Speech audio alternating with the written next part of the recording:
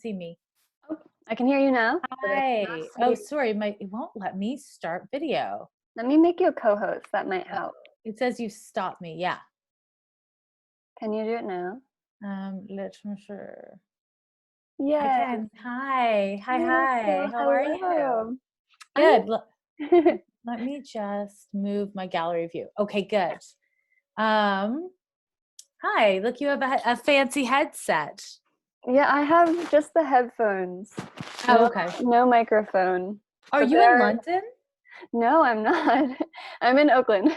Oh, you're in Oakland. Okay, that's what I thought. Well, I was told, but the Zoom link had said London time. So I was like, oh, I wonder if it was just set to Oh, you. like maybe that's why it did the 24 hours.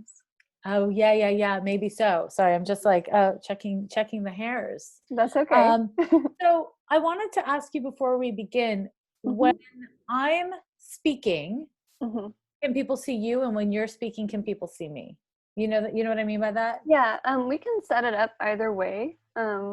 So we can set it up so that they can see both of us the whole time, or we Mhm. can set it up so that it toggles between. Do you have any preference? I only prefer to know. I Okay. don't actually have a preference. I find that when it shows both of us, the nice thing is if we like kind of talk over each other a little bit, then it's not like doing that weird thing. But then I know that if I end up doing more talking, you might be like, why are people looking at my face? I don't. So whatever's better for you is good for me. Mhm. Okay, I'm gonna have it on gallery view the Okay, whole time, I think. great. So that we can both be seen the whole time. Yeah, Yeah. Okay, yeah. great. And let me actually adjust my lighting. Hold on. Okay.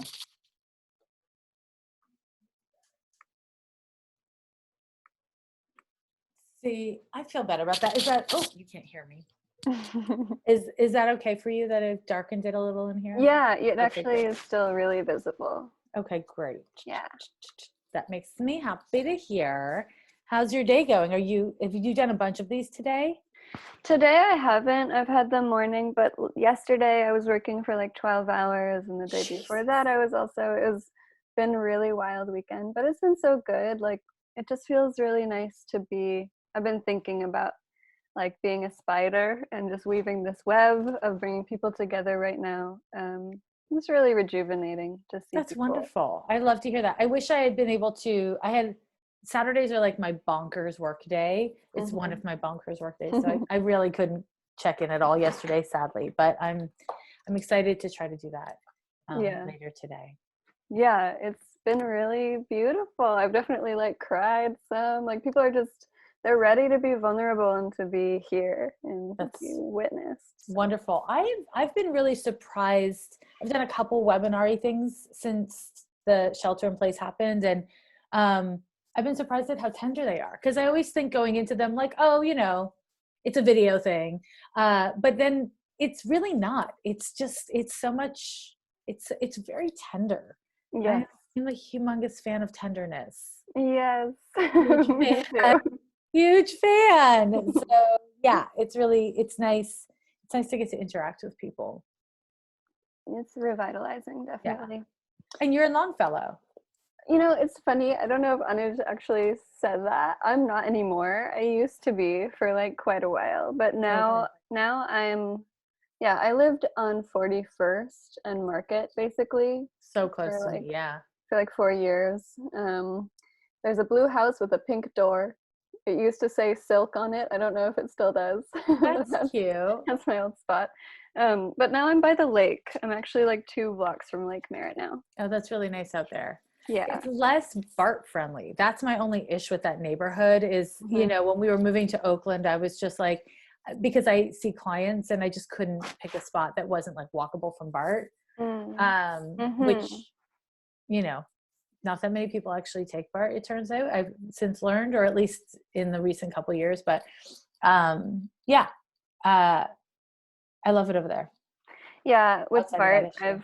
I've kind of gone back and forth. I was working in San Francisco for before this, Hmm. and it would give me like a 25-minute walk in the morning around the lake to get to BART, which is, I actually was grateful for like the time to just be in my body and be thinking, like before going into a work day. But it It's quite a long walk. It's time. Yeah. Yeah, for me, I mean, I've worked from home for so many years that the idea of like adding time to the non-essential part of work days is like, I'm a lazy baby. I think that's really the most succinct way to say it is I'm way too much of a lazy baby.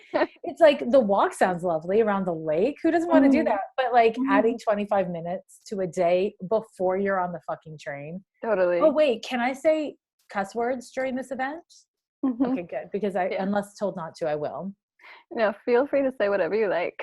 Okay, I will. I mean, I do feel free, which is why I always check, because sometimes I was on like Australian TV recently, like I did a live TV spot, and I had to ask them before I went on because I know Australians are just filthy mouthed. And I was like, "Can I cuss?" And they were like, "No, it's daytime TV. No." Oh no. I know. That's some different expectations going in. Yeah. Well, I just like to check because I will cuss if nobody tells me not to. Me too. I was actually thinking about that before I got on the phone. Yeah.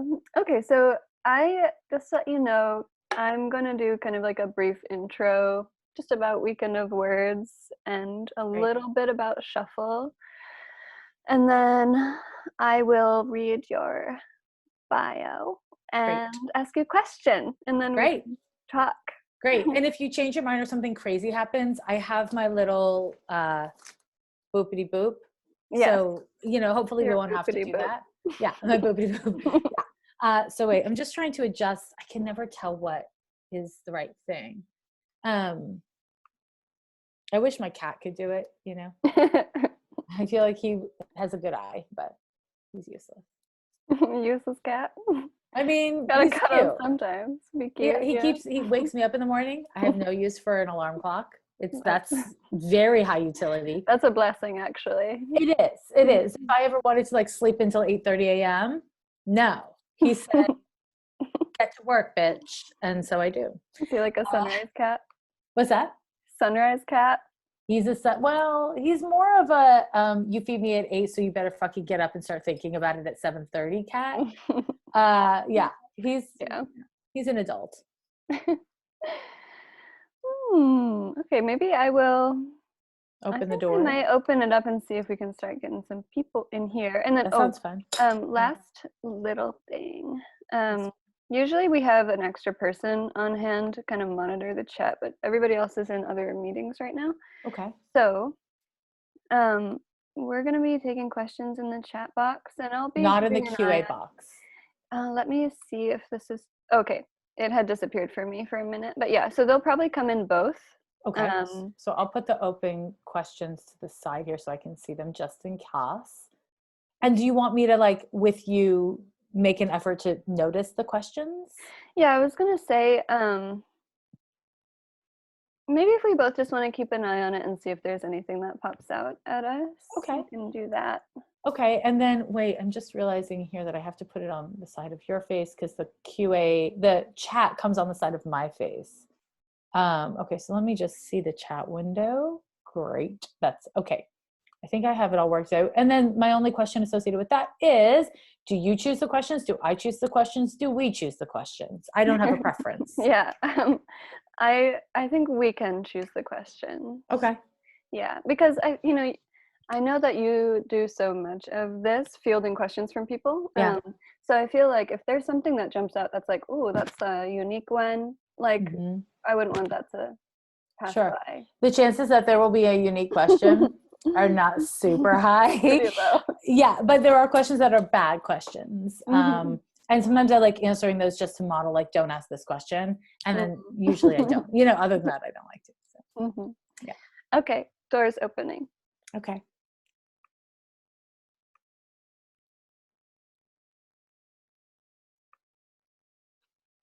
How do you know when people arrive? I can see them. They're coming in. They are? How do I see them? I don't see them. Oh, I see. I think I see participants. Yes, you should be participants. Got 5 attendees so far and counting. Give it a couple minutes here as people continue to roll in. And I will just invite everybody, if you want to drop your location in the chat as you arrive. It's always fun to see where people are dialing in from. We're both here in Oakland, California. We love Oakland, California. I don't know. Do we? I do. Hey, Santa Clarita, Oakland. I also love Oakland. I'm from Minneapolis, but I love Oh, it. you are? Mm-hmm. Well, whenever I see Michigan or Massachusetts, I think, hey, Canada. I think, well, I'm from Montreal. There's a couple Ontario people here. And I always think if you're from Michigan or you're from Massachusetts, you're practically Canadian. Yeah, Minnesota is real close. It is real close, eh? I feel like you guys steal our accents sometimes. But am I wrong? No. Well, I'm not. I get teased a lot. Who would vacation in Ontario area? When I was a kid growing up in Montreal, where I'm from, we would go up to Vermont. Like, not my family, but I would go with friends up to Vermont because it was warmer in the winter. So be not jealous of the cold of Montreal. But there's so many cold weather people here. I feel like you all understand the pain.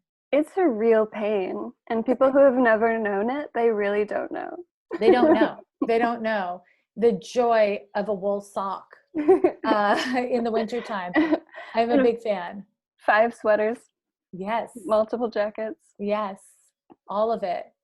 I know we're not here to talk about silk underpants, like silk long johns, but silk underpants are the way to go. There's only one way to go. It's true. It's true. It's true.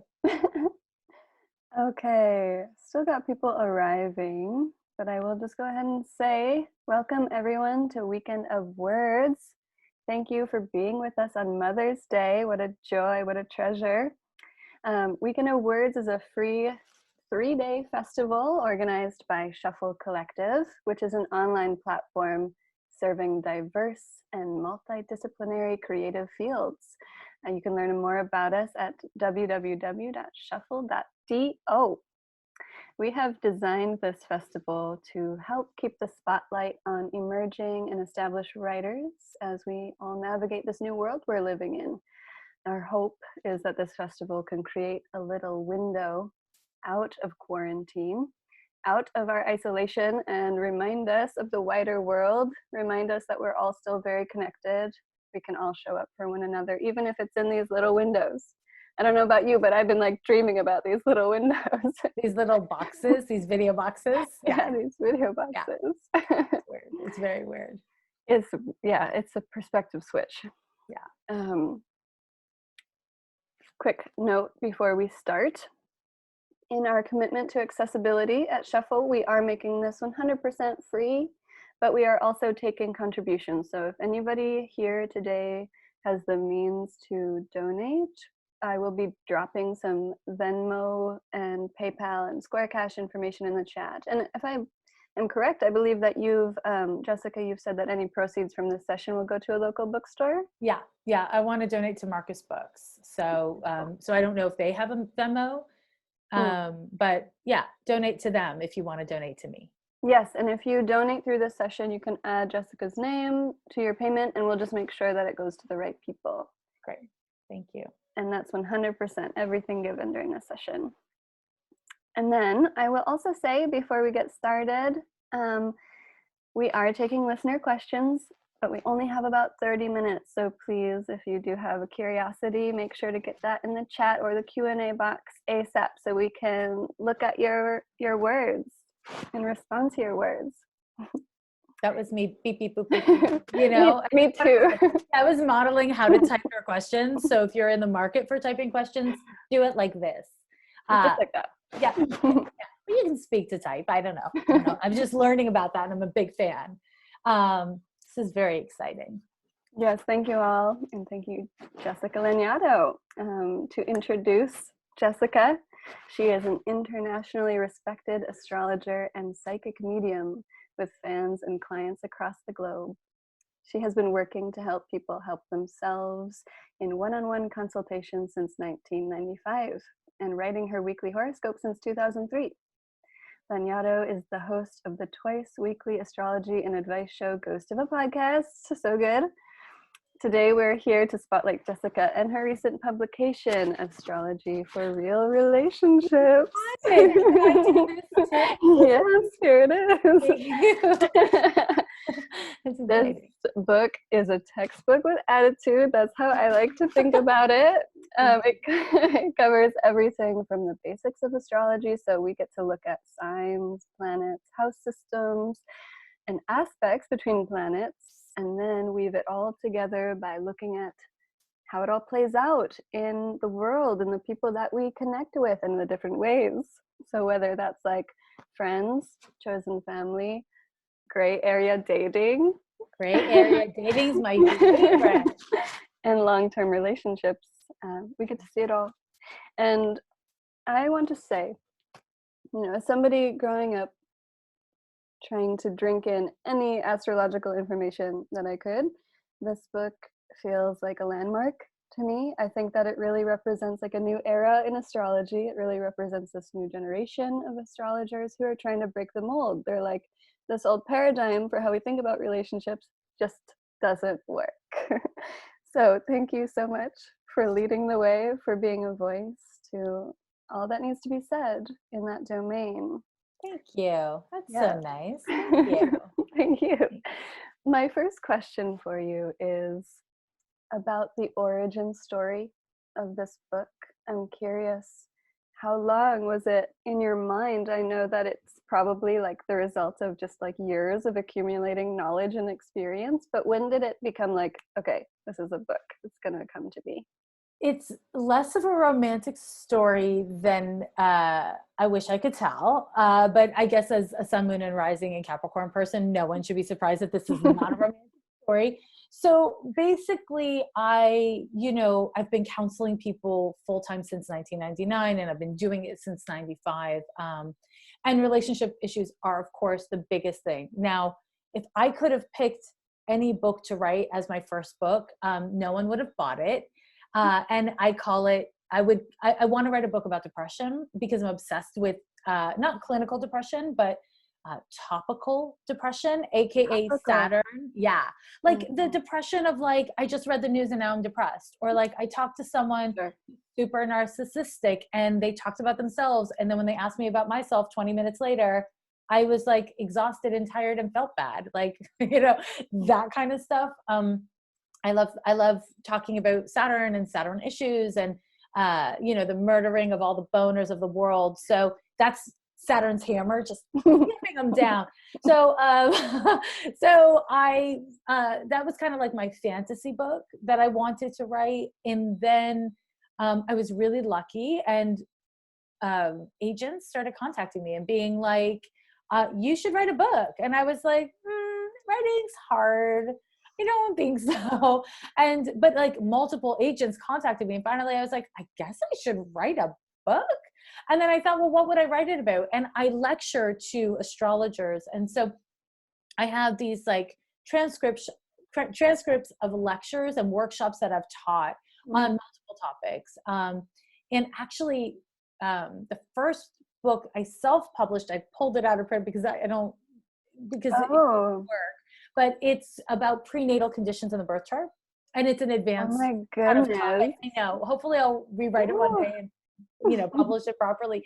But it needs a lot more like unpacking to make it what I really want it to be. But anyways, and so I thought, well, I can speak on relationships in a way that is relevant to people at all levels, and also that is like instructive. And I feel that what we really need right now is to be cultivating emotional intelligence. Like, I mean this socially, politically, personally. We need more emotional intelligence. And so for me, the concept of this book was a tool for kind of sneak attacking into the cultivation of emotional intelligence and how to actually put it into practice with other people in relationship. And so while it is very much about relationships, it's really about you. Like, it's about you, and it can be applied to,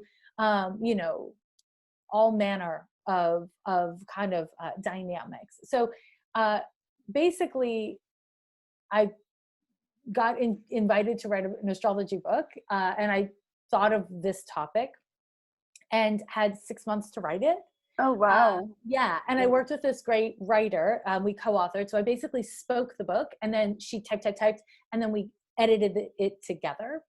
Yeah, we got 6 whole months for that process. It was Six really, whole months. it was wild. I was like doing my podcast and my columns and my client work. And, you know, my momager, AKA my cat, was like not letting me sleep at all. You know, I was just waking up and working all the time.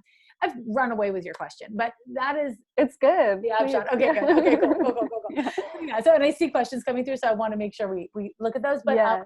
yeah, long story short, I really, this book reflects kind of like some of the foundational parts of my work and how I relate to people and how I like to work kind of through the assumptions we have around gender, identity, how we get to live. You know, I have anti-capitalist values. It kind of, in my view, it addresses that. You know, it doesn't unpack it in massive ways, but it addresses that, because when we use our agency and we live authentically, then we're making choices that better reflect our ethics and our values, which, you know, is subtext inside this here baby. Anyways, that's my long story. Yeah, you touch on a lot that I was curious about, actually. Like, you brought up the sneak attack thing, which I feel like whenever I'm listening to your podcast, I'm like, oh, that was just snuck in there. That's kind of my strategy. Yeah, it is. Yeah.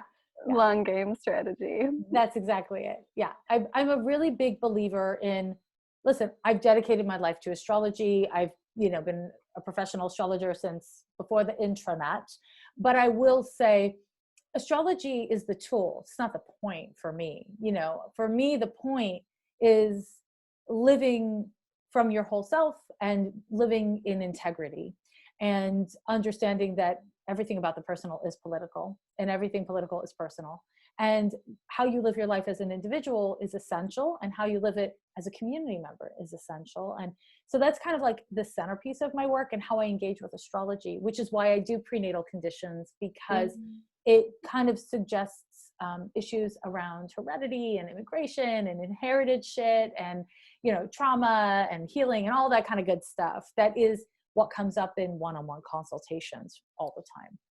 Yeah. So, yeah. Yeah, that's something that I always note about your work, is just there's a big emphasis on ownership and accountability.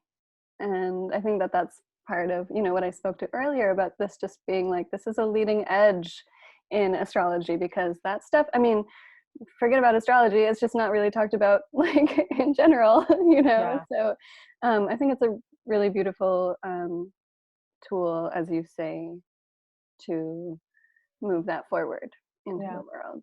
Thank you. And I'll also say, my guess is that there were astrologers doing this kind of work before, but the thing that's different is that now that social media allows marginalized communities to self-publish, then publishers and TV people and like all the people in media are like, wait a minute, there's like X amount of people following this person. So maybe if we make a book from this person, or we like make a whatever from this person, then other people will give us money. So let's also like understand, like, there's also that, you know, astrology has, astrological thought has been written by men, but not because we're practicing astrology, but because publishers give book deals historically to men, right? So, you know, for whatever that's worth. Yeah. Beautiful. Thank you so much. Yeah. You also touched on this a little bit, but I know I've heard you speak about like kind of a tempestuous relationship to writing. Maybe not your favorite thing. Sounds like. Yeah, that was very gently put. Tempestuous. It's like a kitten paw of how I feel like I'm writing. Yeah, it's the worst. Well, but then at the same time, you've been like really prolific with your horoscopes, right? So what helps you? What gets you through if it's something that doesn't feel like your natural? Yeah, I have been writing that weekly horoscope since 2003. I haven't missed a single week. Which is amazing. Thank you. I think I've been late less than 5 times for sure, with the publishing of it. I am just driven by a sense of service and responsibility. And I feel like I have a responsibility to try to make the writing reflect digestible truth that supports people in cultivating emotional intelligence, being accountable, living well. And I dislike every minute of writing. I dislike writing deeply, very, very much. It's like so slow. Everything about it is slow. It's just like type word, type, delete, delete, delete, comma. Blah. I don't like that. I'm like a fast, as you can tell. Like I'm a, yeah, I have a definite problem with the slowness of writing, but I do write a lot. I write a lot, and I've learned that I'm not bad at writing. So it's really just a question of like, I just do it because I feel a calling to it. Mm-hmm. That's really it. But I would rather write a column than an email. So there, I don't know why I would point that out, but like it's all writing is, I guess, the point. Yeah. Yeah. It's a tool we all have to use, really. Oh yeah. Somebody asked for the title of my book. Yes, I was actually just, I had it copied. Oh, you were about to do that? Okay, I'll let you do it then, Yes, other than yes. me. Okay, cool. Let me see. I just want to make sure. Speaking of writing, that I'm not going to put some typo up in here. I mean, I wouldn't be offended. You can, you know. I've got Virgo rising, so I'm okay. Like, So you're gonna spell it correctly. Thank you. I don't. So yeah, that's cool. Okay, so in the past like 2 years, I've worked with writers a lot, and I know that this comes up in writing communities and beyond, which is just this idea of imposter syndrome. So I'm curious, in your work within writing this book or within astrology in general, what's that process been like for you? Really hard, actually. I was really surprised, by how hard that was. Sometimes I was overwhelmed by a sense of futility that I was writing an astrology book about relationships during the Trump administration and all of the injustices and cruelty. I was really overwhelmed by like, what is the fucking value of this right now? And some days it was really hard. And I do really believe that relationships, our mental health, our emotional health, our spiritual health are foundational to how we engage socially as community members. So, but I couldn't always tap into that during the writing process.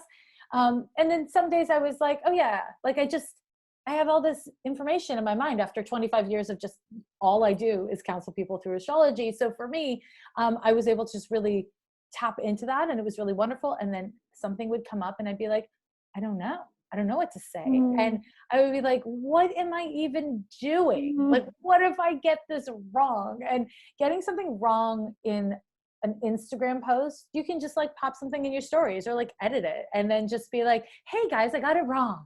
But in a book, it's tragic. And I will tell you, I orated the audiobook version of the book, and it was the most painful thing. Oh, like looking so closely back. Oh God, typos, things that I'm like, oh, that sentence is inaccurate, or like that, it's like I could have spent a lot more time editing the book, probably also writing it. So yeah, it's hard because it's like this thing forever. So yeah, there was a lot of that. And because I was partnered with an author, Twilight Greenaway, I'm sorry, she goes by T Greenaway. Because I was partnered with T Greenaway, I luckily had someone to share that kind of responsibility with.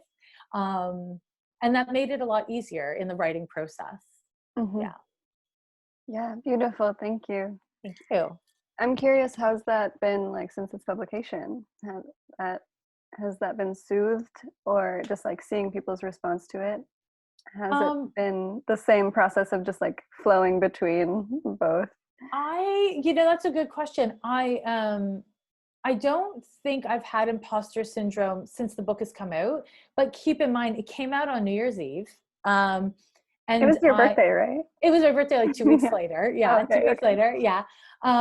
Less than 2 weeks actually. But I quickly started doing live events. I like did a little West Coast tour and a little East Coast. So I was in New York for almost 2 weeks and then on the West Coast for almost 2 weeks.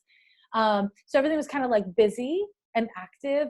And then I don't know if you've heard of the global pandemic, but then that hit. No, I was just teasing, of course you have. Yeah. Hence we are all here. So yeah. So I when that shifted, honestly, I stopped thinking about the book a whole lot. Like I wanted to be helpful, and but I've been really focused on creating.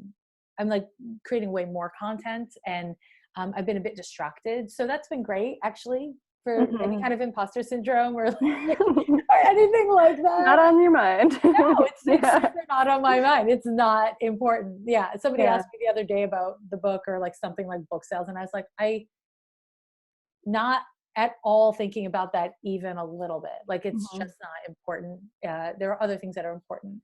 Uh, Yeah.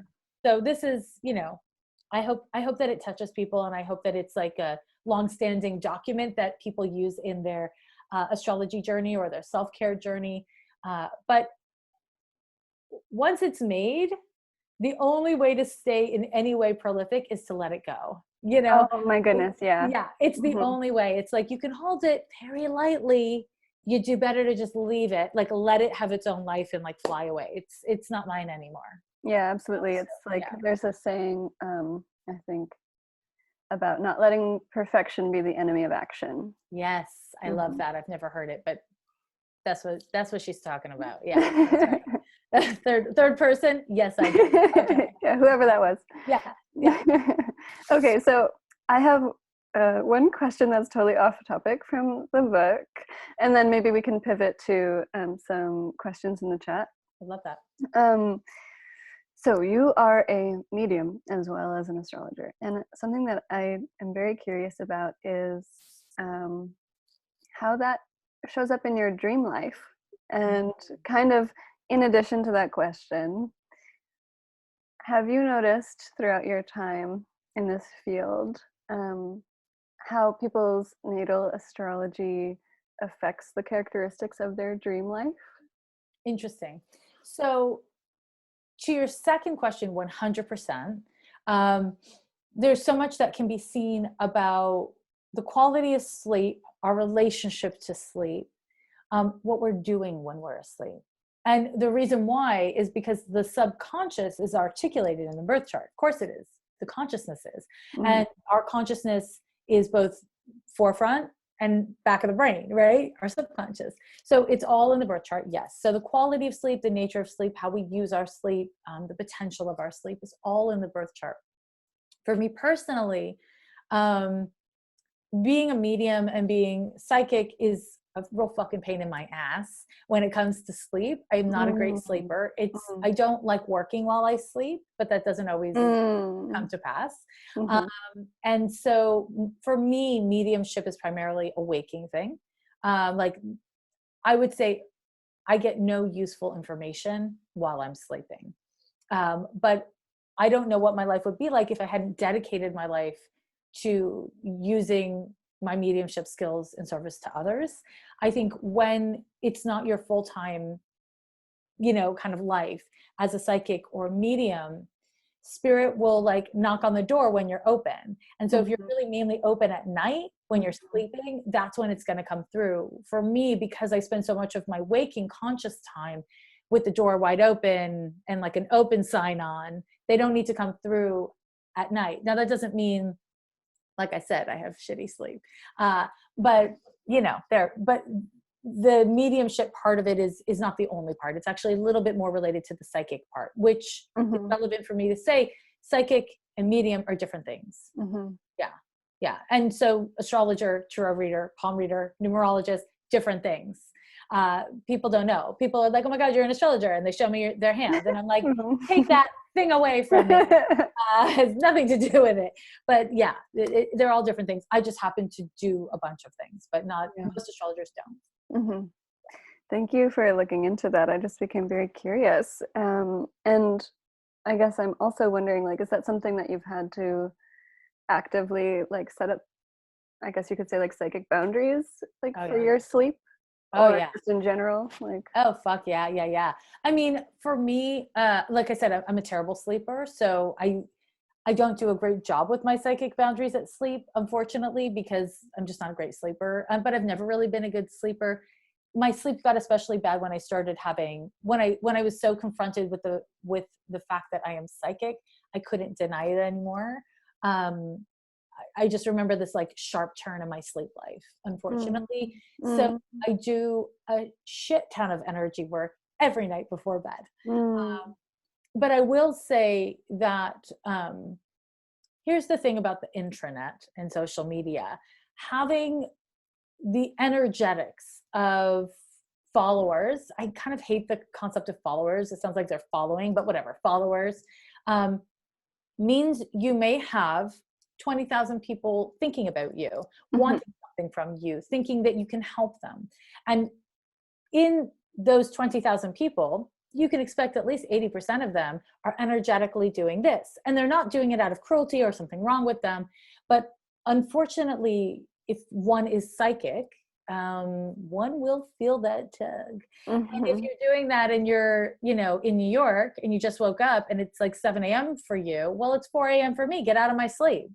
So, it's tricky. And I think, in terms of like an actionable, I can say recognizing what we're consenting to and the unintended consequences of what we're consenting to is important as Mhm. energetic beings. And Mhm. then doing a lot of boundary work and a lot of energy work around that boundary work is important.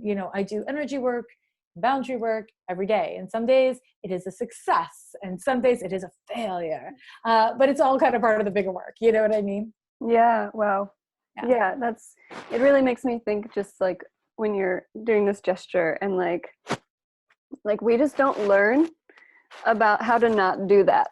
Yes. and Correct. I and I think that that's actually a part of another one of your sneak attacks. Is it's just like how can we learn to really dial in our boundaries on every level so that we're not unintentionally kind of like feeding off of one another. Like, Yeah. how can we actually be in a state of reciprocity and support for ourselves and Yeah. those around us? It's very hard. It's really hard. And it's a life practice. And I definitely have learned through social media that people equate fandom with asking for things.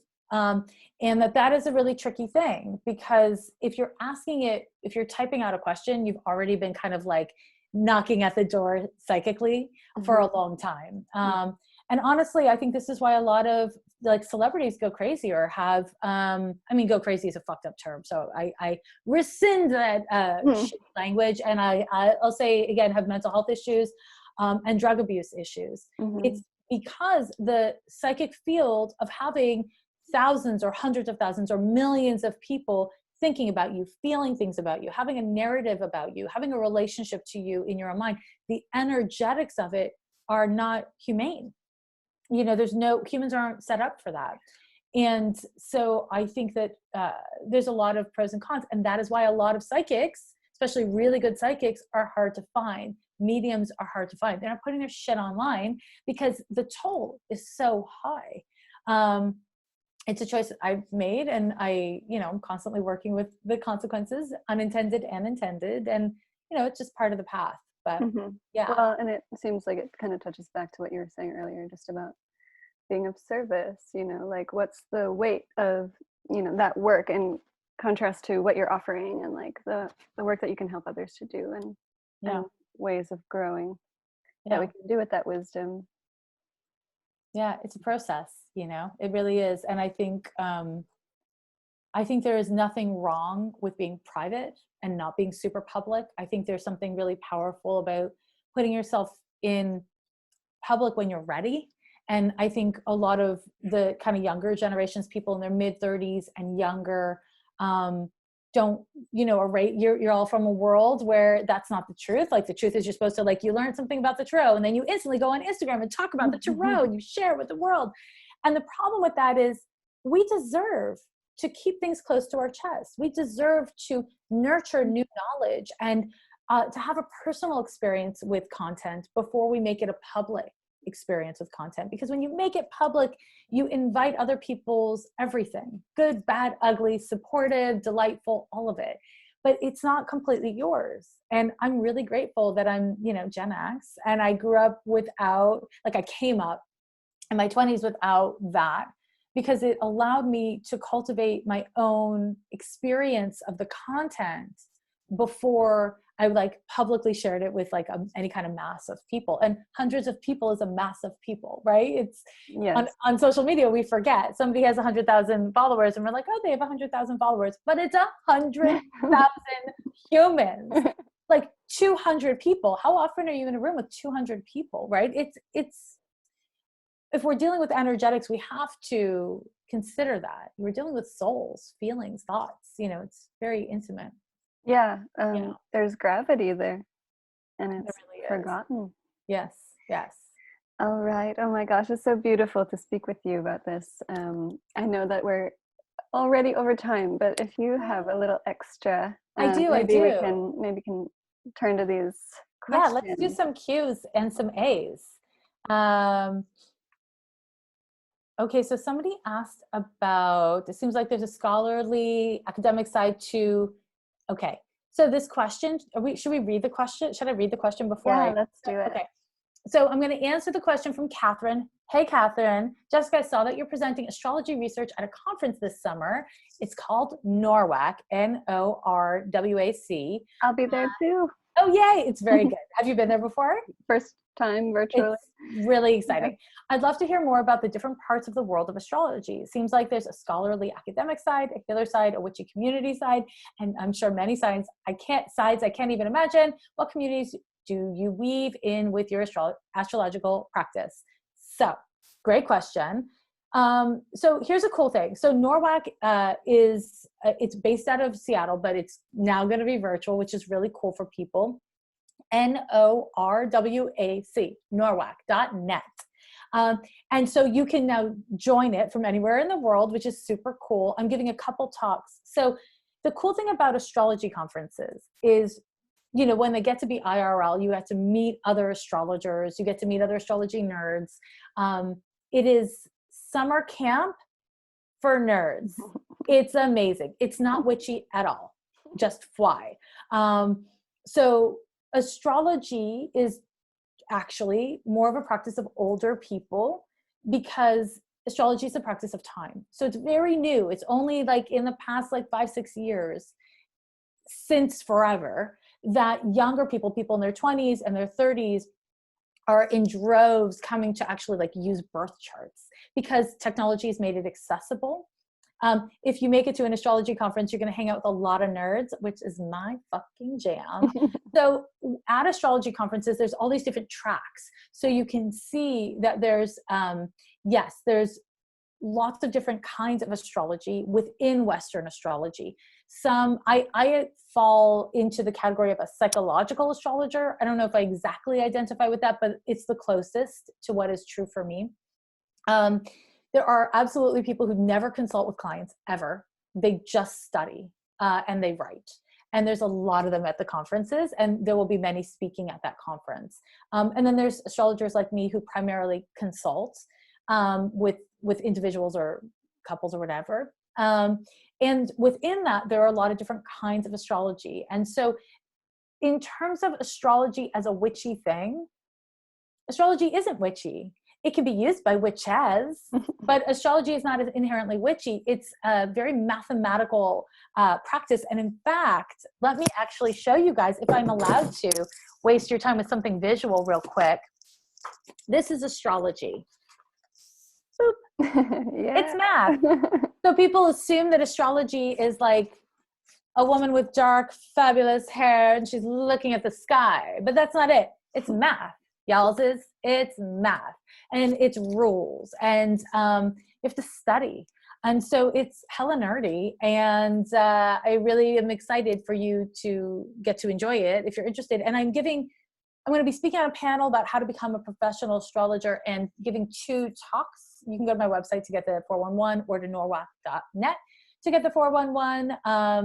And I'm doing hella things, but yes, NORWAC is awesome. And that was the whole question? I think so. I think we did it. Yeah, I think that's great. Maybe this one more question from Sherry. I know Jessica has firm boundaries with reading birth charts without permission of the person. What are her thoughts on reading your dead parents' birth charts? Great question. As far as I'm concerned, dead people, free for all, go for it. they've left the body. They are, I've definitely talked, as I said, I'm a medium, so I've talked to dead people who are very private, and don't want their shit all over the place. But there's a big difference between reading it in public versus reading it in private.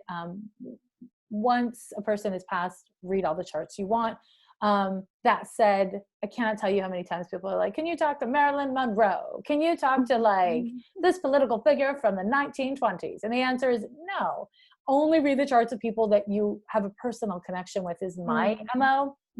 But most people do study and learn astrology by looking at famous people's charts. I personally am not a fan of that. And I've talked about that in public a bit but I've gotten into conflicts with other astrologers about it, because most astrologers do like to read the birth charts of famous people. But again, this is where I come back to, I am a counselor first and foremost. And so I don't think being an amazing musician means that we should pick apart your childhood.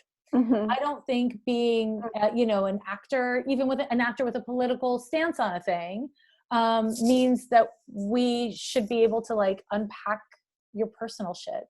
I like to hold those things separately. And I do have a more flexible exception with people in civil service. But even that, who you fuck, if you're like the governor of a state, it's not my damn business. And whether or not you're bad at it shouldn't be relevant to the job. I went to sex because I feel like progressives are more likely to agree with me on that than on other things. So I was just bending it. So yeah. Yeah, I mean, it just really seems like it all comes back to boundaries. How are you considering boundaries? Like, are you trying to energetically pull on stuff that just isn't yours? Yeah. The bottom line is, if we treat others with a different standard than we want to be treated, we will not get treated in the way we want, period. Because our standards need to be based in values, morals, ethics. And when they're not, when they're like bendy based on who we're looking at, then we get results that kind of reflect that, and it sucks. But life is hard. So, we're not supposed to be perfect. We're just supposed to try. Yeah. Yeah. Perfection may not be the enemy of action. Yes, that's right. But we will do our best to be considerate. Yes. All right. So before we sign off, I'm curious if you have any calls to action that you'd like to share with people in this potent time. Oh shit, so many. In the most recent episode of my podcast, I think it was episode 106, I did speak on call to action around looking at your internalized racism and really coping with racism, because I think it's certainly been top of my mind. And this past week especially, and it's something that it's like, I imagine when you asked me that, you really meant around astrology or boundaries, but I don't think this is a period where we can only focus on ourselves unless you're in crisis and that's all you can bear to do, which is a lot of people, right? And no judgment there. But if you're bored at home, if you're like having this amazing healing time in shelter in place, really look at your participation in the world. Look at how your attitudes and assumptions, you've let them go unchecked. This is actually a really fertile time for that, because as hard as 2020 is, get ready, bitches. 2021 does not look better. Oh no, it does not. So this is, every moment is a moment to choose to do your best, so that's something that has just been top of my mind. And the other thing is just more on the topic of boundaries, what you and I have been mainly talking about today. You can't have boundaries if you're not present in your own skin. That's annoying, because it's very hard to be present. Boundaries don't happen from your spirit. They happen from inside your body. They happen from this moment. And so that's a good place to start. And I think that when we talk about boundaries on an energy level, like we've been talking about them, what I say is true. But also when we're looking at, shameful feelings or scary concepts, if you abandon yourself when you look at something that is hard to look at or cope with, then you start at a disadvantage. You don't have all your faculties. So practice getting present and having a boundary with yourself. I'm going to stay associated through this content and then go from there. It's like the spiritual underpinnings of dealing with, overwhelming issues in the world. Mm-hmm. Yeah. Thank you very much. Thank you very much. It's been such a pleasure. This will be recorded, so we'll get it out to you and we can share it with the world. Yay. Have a beautiful, beautiful rest of the day. Thank you too. Thanks so much for involving me. And everybody, thank you for coming, and watch all the other talks and the reading. Yeah. Yes, we have a full night. I think our last talk starts at 7:45 tonight. There's a poetry reading, or no, it's a speculative fiction reading. Oh, And amazing people involved. So yeah, I love speculative fiction. That's what's up. Yeah, it's good. All right. Okay, and I also am just real quick gonna drop in our Venmo, Square Cash, PayPal info again. So if you want to contribute, there's the info, and thank you all for being with us today. Thank you. Okay, bye-bye.